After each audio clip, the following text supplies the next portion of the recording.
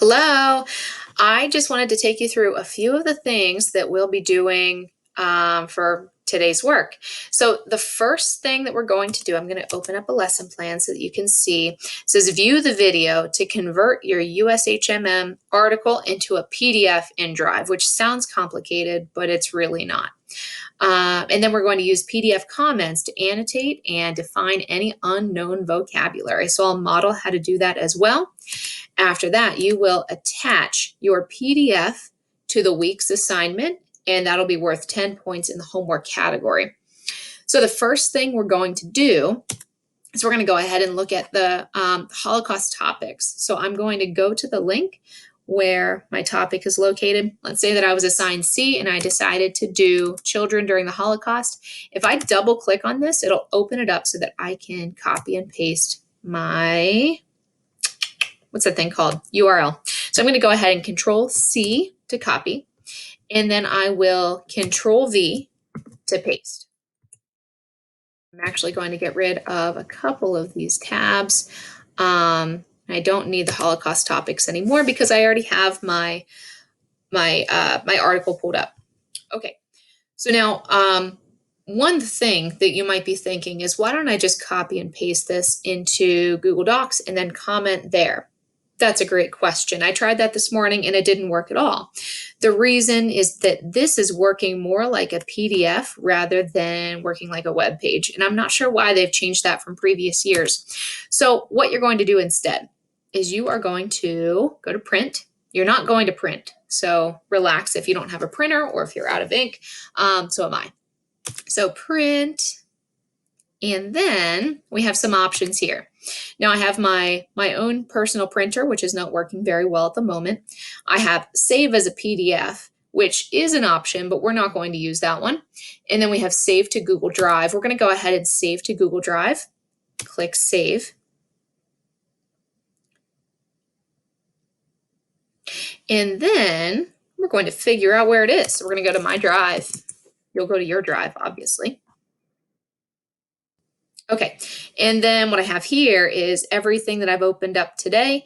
If I go to recent, it's going to show me at 8:13 a.m., which is the time that it is right now. That's kind of a good thing to look at because you might have several documents that are, like I have the same. I have one that was opened at 8:05, one that was uploaded at 8:13. The one that I just clicked on at 8:13, which is the time that it currently is. I'm going to go ahead and open that.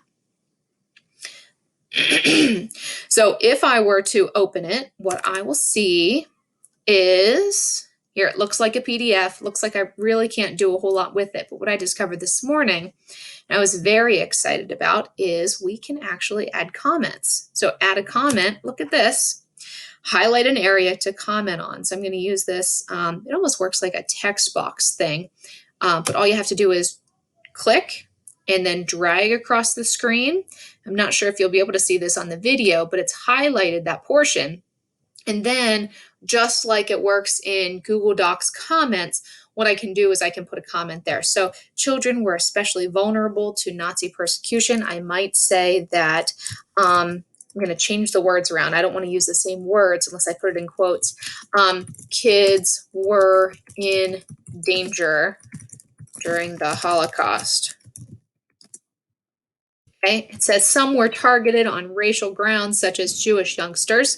Others were targeted for biological reasons, such as patients with physical or mental disabilities, or because of their alleged resistance or political activities. So that's some more information. I'll go ahead and put that into my own words. Maybe I don't know what the word vulnerable means. And then in that case, what I would do, oops, I accidentally clicked out of it. Let me get back into it.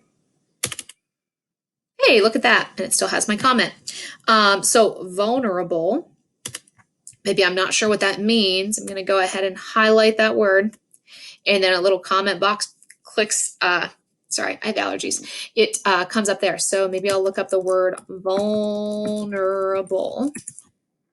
And it gives me susceptible to physical or emotional attack or harm. Okay, so I'll go ahead and put that there. Susceptible to attack or harm. Okay, so now I can comment there. The other cool thing is that all of these comments save. All of them save. So what I can do then is I can take this and I can attach it to my Google Classroom assignment, as I always would. So what you'll do is you will go through, you'll find any unknown words, any words that you're unfamiliar with, any words that maybe you're not quite sure what it means. And then after you do that, you're going to highlight any information and you're going to annotate. You should have at least one annotation per sentence. Each sentence has meaning. Each sentence has useful information.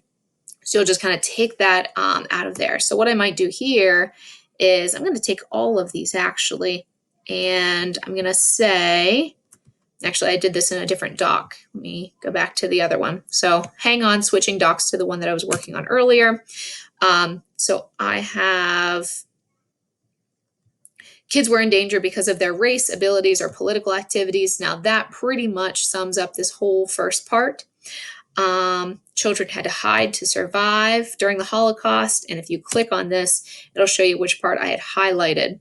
Now you'll notice that my highlight area there isn't perfect, but it is pretty close to where the text is. It doesn't have to be totally perfect.